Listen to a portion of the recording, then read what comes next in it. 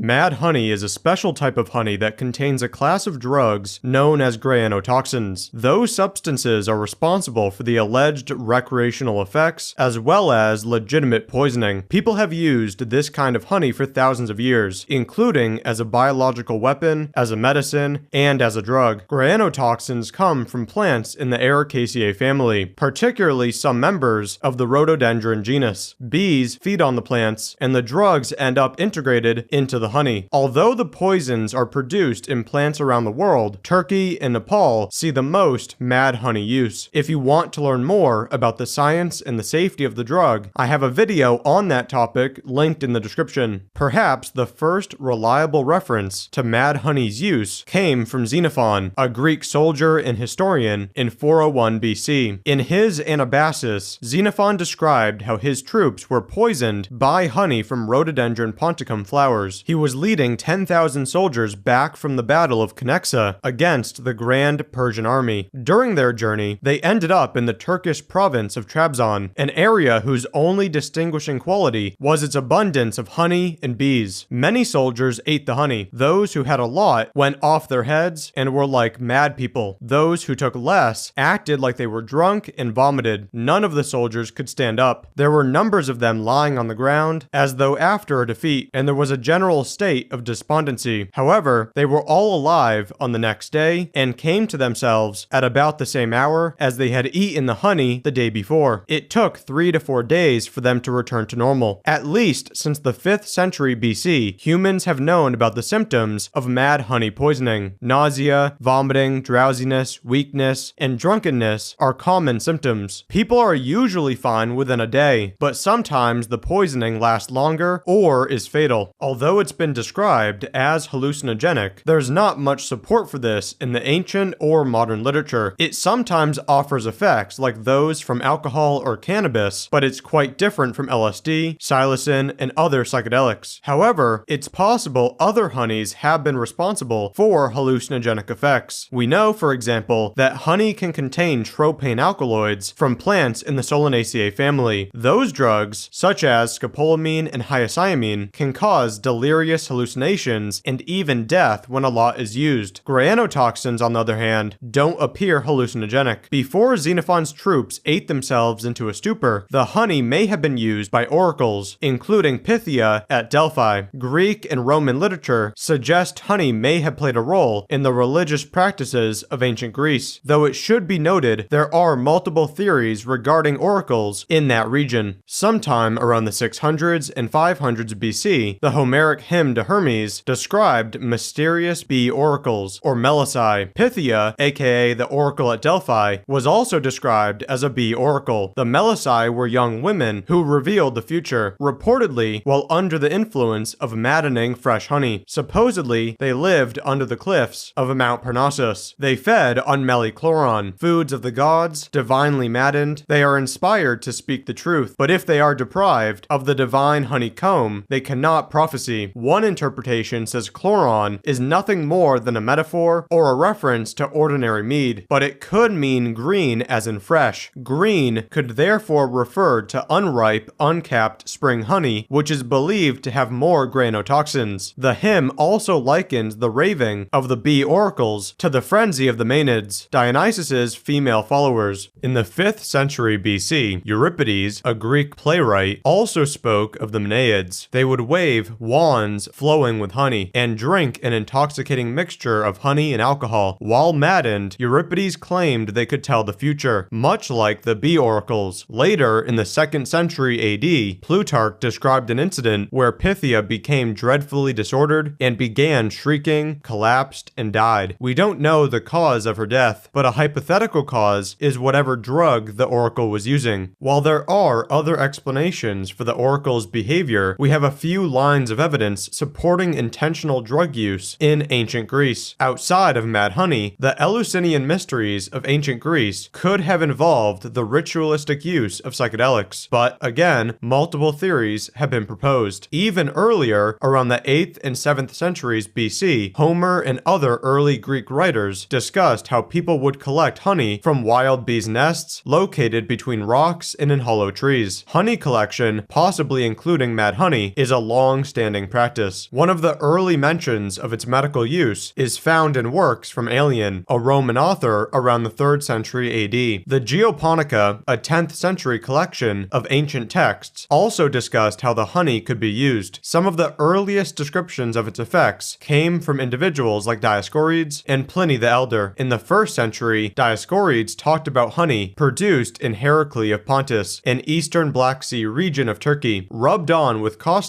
it heals sunburn, and with salt, it takes away bruises, he wrote. If someone was poisoned, he recommended eating rue and salt meat and drinking mead, taking these as often as they vomit. Pliny also discussed the substance in the 1st century. He was one of the most famous ancient naturalists, and he wrote about madhoney in Naturalis Historia. Pliny talked about Mediterranean honeys, but he warned about the qualities of melimoenomenon, otherwise known as mad or raving honey, from the Black Sea coast. He attributed its toxicity to rhododendrons and azaleas. As we now know, rhododendrons are indeed a source of granotoxins. In the country of Sanai, located on the shore of Turkey's Black Sea coast, there is another type of honey causing madness. It is called minomenon. This poison is generally related with the rhododendron flower, which exists in thick forests. Although people here pay a tax to the Romans for it, they cannot gain any income from this honey because of its very harmful effects. Indeed, the food of bees is so important that it may be poisonous for us. In Pontus, different honeys from the same bees may be fatal after a few years, and a poisonous honey has a dense appearance and an abnormally red color, and its smell causes sneezing. However, it is much more effective than a similar good quality honey. Supposedly, it did have some useful applications. Taken in wine, it is a remedy for indispositions caused by eating fish, and there is nothing better than this honey mixed with costus for softening the skin of females, or combined with aloes for the treatment of bruises. Like Dioscorides, Pliny also gave a treatment for poisonings. Old honeyed wine is good, mixed with the finest honey and rue. Salt meats also taken repeatedly in small quantities and as often brought up again. Later, the pseudo-Aristotle documents, which were attributed to Aristotle but often came from much more recent people, talked about mad honey. At Trapezus in Pontus, honey from boxwood has a heavy scent, and they say that healthy men go mad, but that epileptics are cured by it immediately. Trapezus refers to Trabzon, the same part of Turkey mentioned by other writers. It seems reasonable to suggest the writer was talking about mad honey. Some people have referred to it as one of the first biological weapons. There are records of it being used as far back as the before Christ era. In 67 BC, the armies of Pompey were attacked in northern Anatolia, a region in Turkey, by King Mithridates of Pontus. Based on the advice of a counselor, Mithridates ordered combs of mad honey be placed in the path of the advancing Romans. The Romans who ate the honey collapsed with fatigue and were easy to overcome. Strabo described the situation. The Heptacomedes destroyed 3 Roman detachments belonging to Pompey as they passed over the mountainous country. They placed mad honey obtained from the boughs of trees into bowls and left those on the road. When Roman troops ate the honey and lost consciousness, they attacked easily and disposed of them all. Hundreds of years later, the Russian queen, Olga of Kiev, staged an elaborate funeral for her husband, the Grand Duke Igor. Igor had been murdered by the Drevlians, a tribe that was often opposed to the Kievan Rus and refused to pay tribute. When Igor was killed, a scornful Olga waged a murderous campaign against the Drevlians, all while tricking them. She invited many of her enemies to a funeral feast for her husband. They were given mad honey and alcohol. Once they were affected by the drug, 5,000 guests were burned to death by Olga's allies. Another instance of military use occurred in a similar region in 1489. Russian soldiers, being pursued by Tatars, abandoned their camp, but they left ample amounts of mad honey mead behind. When the Tatars reached the camp, they drank the mad honey. Once they had gotten themselves into a stupor, the Russians returned and ruthlessly slaughtered them.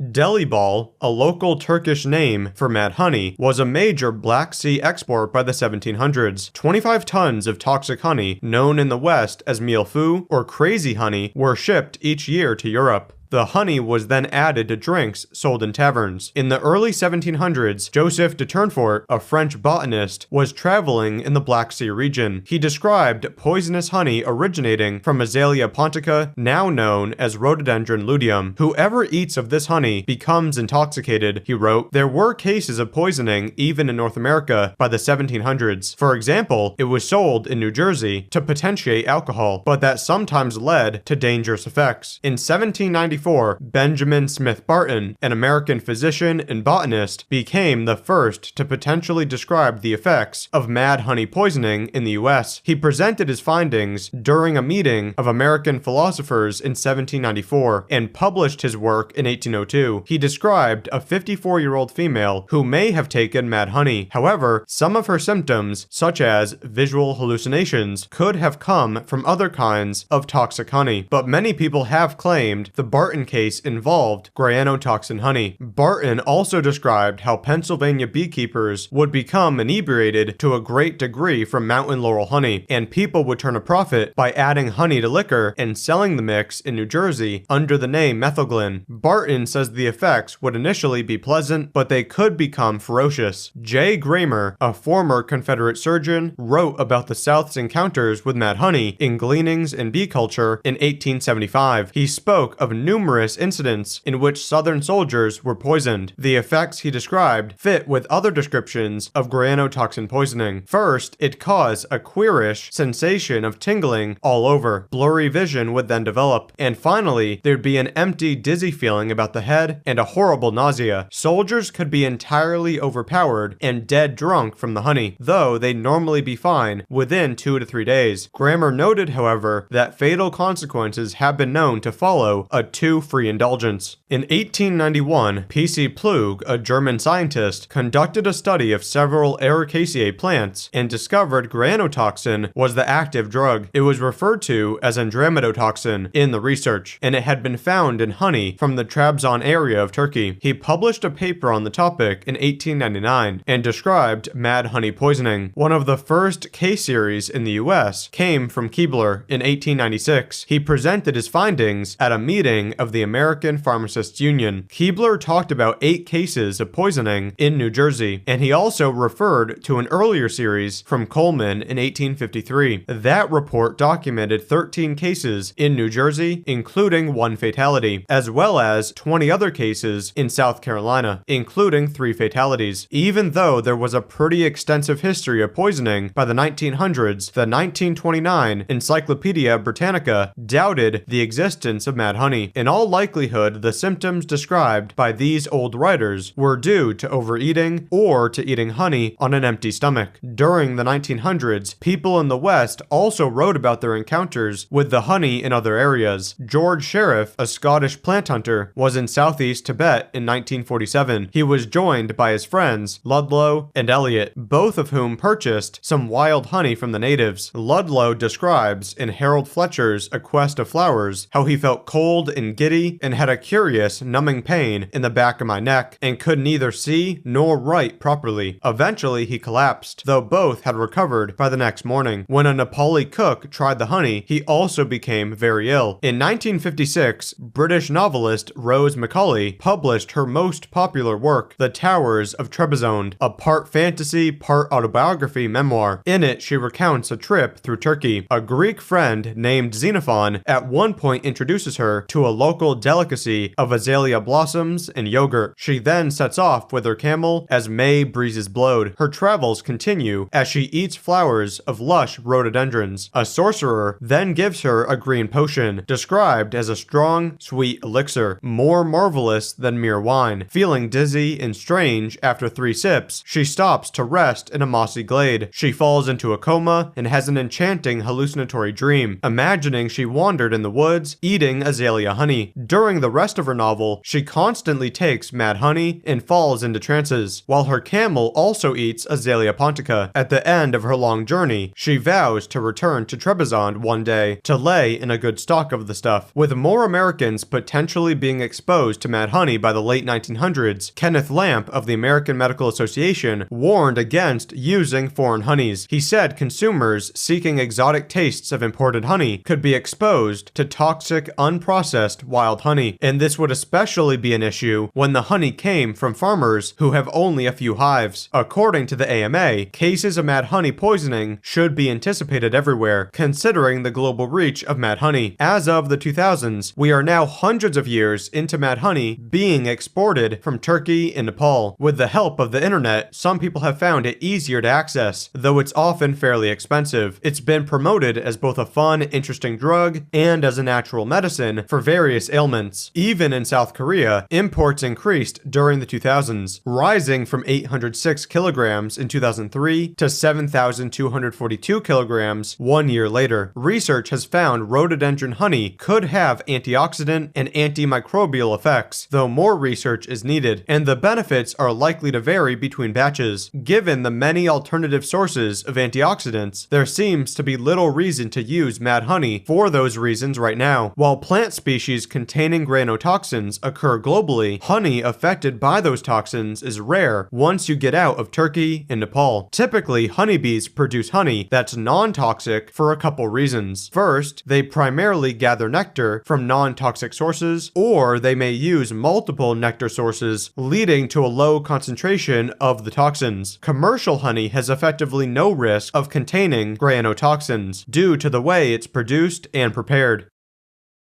I want to talk a little more about Turkey's history with madhoney. As was already mentioned, many of the ancient discussions of granotoxin honey involved batches coming from the Black Sea region. Therefore, it's been used in Turkey for thousands of years. Ava Crane, a British beekeeping expert and one of the most important people in the field, discussed Turkey's connection to honey. Crane believes the earliest managed hives in northern Turkey were likely wild nests in tree cavities that had artificially enlarged openings to enable more efficient honey collection. Ropes were used to reach hives in high branches, a practice also mentioned by Strabo. At some point, hollow logs with removable tops were also set on the ground or in trees to attract bees. Madhoney is also frequently called bitter honey in Turkey due to its distinct taste and ability to cause a burning sensation in the throat. Locally, rhododendrons are known to be dangerous to animals, so they've been called things like goatbane, lamb kill, cattle destroyer, and horse killer. Traditionally, madhoney is used for diabetes, bowel disorders, hypertension, abdominal pain, and sexual dysfunction. A small survey in 2009 found the honey was most often used for sexual reasons by middle-aged beekeepers in Turkey. It's also sometimes used recreationally, including as a mixture with alcohol. David Leach, a horticultural historian, says people in the Caucasus have added small quantities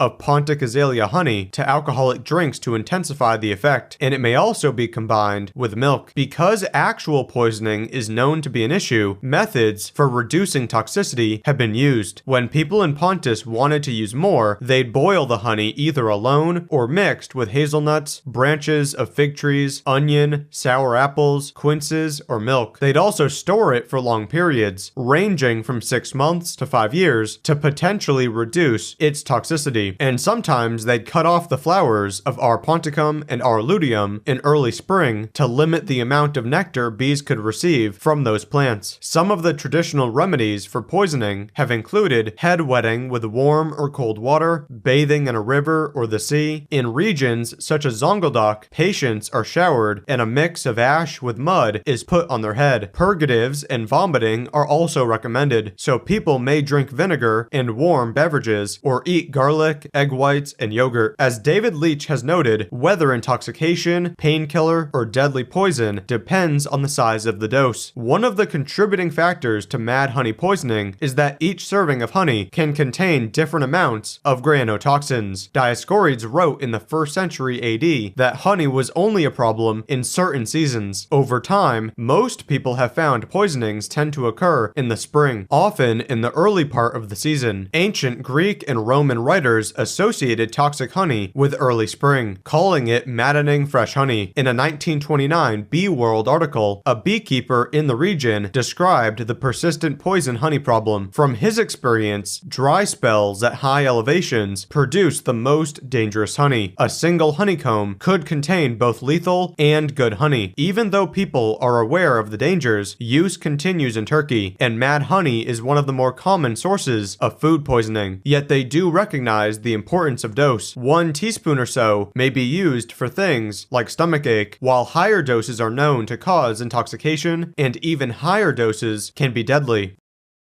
The most extensive madhoney history is in Turkey, yet Nepal also has a long-running connection to granotoxins. The practice of honey hunting is particularly popular among the gurung. They climb rope ladders while carrying bamboo sticks and reciting mantras to calm the bees. While positioned on rope ladders, they must maneuver large honeycombs into baskets and send those baskets to others in the group. Sometimes they'll test the honey to see if it's toxic. If they grab some in their palm and experience tingling, that's considered a sign of toxicity. Like in Turkey, they use the honey for multiple reasons, both medically and recreationally.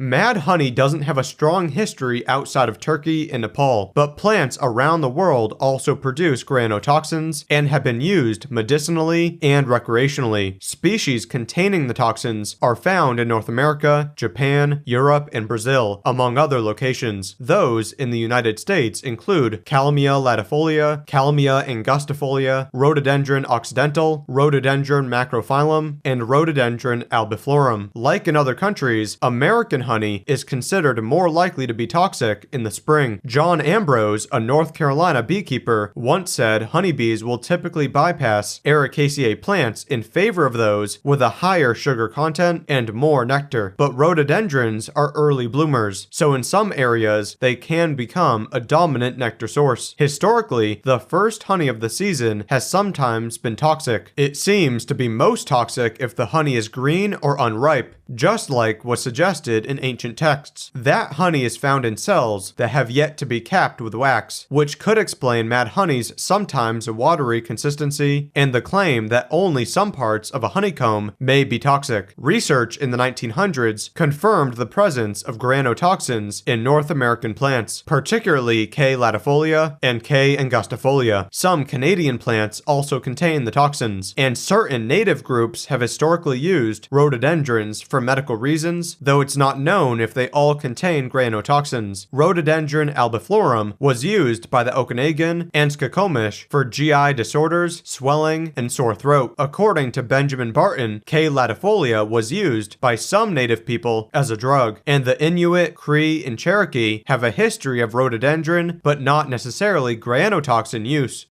As always, if you have any questions, feel free to put them in the comments. You can also email me with questions. The Drug Classroom is exclusively funded by donations. People like you make TDC possible. If you want to support, please do so on Patreon.